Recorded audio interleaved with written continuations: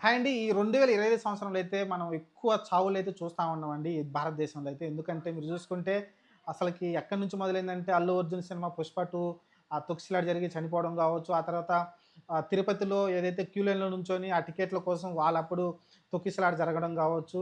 ఆ తర్వాత మీరు చూసుకుంటే రీసెంట్‌గా ఫ్లైట్ కూలిపోవడం కావచ్చు. ఆ తర్వాత మీరు చూసుకుంటే బెంగుళూరు టీమ్ గెలిచింది. RCB team. అక్కడ ఒక 11 మంది దాకా, 12 మంది దాకా చనిపోవడం కావచ్చు. ఇలా రకరకాలుగా అయితే రీసెంట్‌గా ఈ రోజు గూడా ఒకటి జరిగింది. ఉత్తరాఖండ్‌లో ఒక హెలికాప్టర్ కూలిపోయి ఆరుగురైతే చనిపోయారు.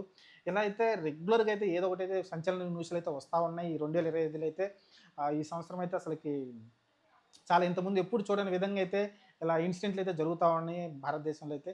ఆహ్, ఈ కావాలని చేస్తున్నారా? లేకుంటే అనుకోకుండా ఒక జరిగిపోతున్నాయి అంటే మనకైతే దానికి సమాధానం అయితే మన దగ్గర లేదండి.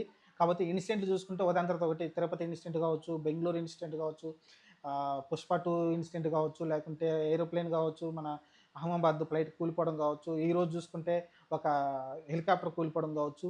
ఇయన్నీ ఒకదాని తర్వాత ఒకటైతే జరుపుకుంటా వస్తా ఉన్నాయండి. అంతకుముందు ట్రైన్‌లు ఇన్సిడెంట్లు కావచ్చు, ట్రైన్‌లు ఒక ట్రైన్ మీద ఒకటి ఎక్కిపోయినయి చూసాం మనం గదా! కొన్నిసార్లు పట్టాలు తప్పుతా ఉన్నాయి రైళ్ళైతే. వందే భారత్ పైన రైలు పైన రాళ్ళు విసరడం కావచ్చు, ఇలా రకరకాలుగా అయితే దేశంలో ఏదో జరుగుతా ఉంది. దీన్ని కొంచెం సెంట్రల్ గవర్నమెంట్ అయితే కొంచెం గట్టిగా కాన్సంట్రేషన్ చేస్తుంది. ఎందుకంటే ఇప్పుడు మొన్న కూడా చూసాం కదా! పాకిస్తాన్‌లో ఎవరైతే ఉన్నారో వాళ్ళందరిని కూడా ఇక్కడ నుంచి పంపించేశారు. హైదరాబాద్ నుంచి కూడా చాలామందైతే ఆహ్, అంటే అవినీతిగా వచ్చి ఇక్కడ మన దేశంలో ఉంటా ఉన్నారు. సరైన డాక్యుమెంట్స్ లేకుండా మన దేశంలో ఉంటాం. వాళ్ళని చాలామందిని రిటర్న్ కూడా చేయడం చూసాం పాకిస్తాన్‌లో అయితే. ఆ రకంగా చూసుకుంటే ఇంకా బంగ్లాదేశ్ నుంచి వచ్చిన రోహింగ్యాలు చాలామంది ఉన్నారు. ఇదే మన ఇండియాలో వాళ్ళందరిని కూడా పంపించేస్తే ఇది చాలా కుట్రకోణం జరుగుతా ఉంది. మరి ఎవరు చేస్తున్నారు ఏంటనేది మనకైతే ఇంకా దొరకట్లేదు గానీ, మరి ఎన్ఐఏ మరి ఎంతవరకు ఇంటెలిజెన్స్ పనిచేస్తుంది చూడాలి. ప్రస్తుతానికైతే ఇయన్నీ ఇన్సిడెంట్స్ జరుగుతా ఉన్న వాటికి లింకప్ ఏమన్నా ఉందా అంటే చెప్పలేము ఏం జరుగుతుందనేది. చూద్దాం మరి. ప్రస్తుతానికైతే ఈ 2025 స్టార్ట్ అయిన కాడి నుంచయితే చాలా చాలా ఇన్సిడెంట్స్ జరిగినియి. వీటన్నిటిని గూడా మనం కుట్ర కోణంలో చూడాలంటే చూడలేం. ఎందుకంటే కొన్నేమో నేచురల్‌గా జరిగినియి. ఇప్పుడు ఆర్‌సీబీ టీము ఆడ క్రౌడ్ విపరీతంగా వచ్చి అక్కడైతే వాళ్ళంతటికి వాళ్ళే యూత్ అనేది సడెన్‌గా ఎందుకంటే అందరిని ఆహ్వానించారు కాబట్టి టికెట్లు ఉన్న వరకు వచ్చేసి చూసేస్తారు. కానీ అక్కడేందంటే ఫ్రీగా వచ్చేసింది కాబట్టి అందరూ వచ్చేసి కొంచెం గుమిగూడటంతో చనిపోయారు. ఆ తర్వాత తిరుపతి ఇన్సిడెంట్ కూడా సడెన్‌గా గేట్లు తెరవడంతోటి ఒకళ్ళ మీద ఒకళ్ళు తొక్కిని వాళ్ళు చనిపోవడం చూసాం. కాబట్టి ఇలాంటియన్నీ కుట్ర కోణంలో మనం చూడలేము. కానీ కొన్ని అయితే కుట్ర కోణంలో చూడాల్సిన అవసరం అయితే కనిపిస్తా ఉంటుంది. చూద్దాం మరి. ప్రస్తుతానికైతే ఈ 2025లో అయితే చాలా పెద్ద పెద్ద ఇన్సిడెంట్లు జరుగుతా ఉన్నాయి. ఇంకా ముందు మనం ఎన్ని చూడాల్సిన అవసరం వస్తుందో చూడాలి. ప్రస్తుతానికి మూడో ప్రపంచ యుద్ధం కూడా రాబోతుందని చెప్తున్నారు. ఎందుకంటే ఒక పక్కన ఇజ్రాయెల్ అదేదో యుద్ధం గట్టిగా జరుగుతా ఉంది ఇరాన్ వాటికి.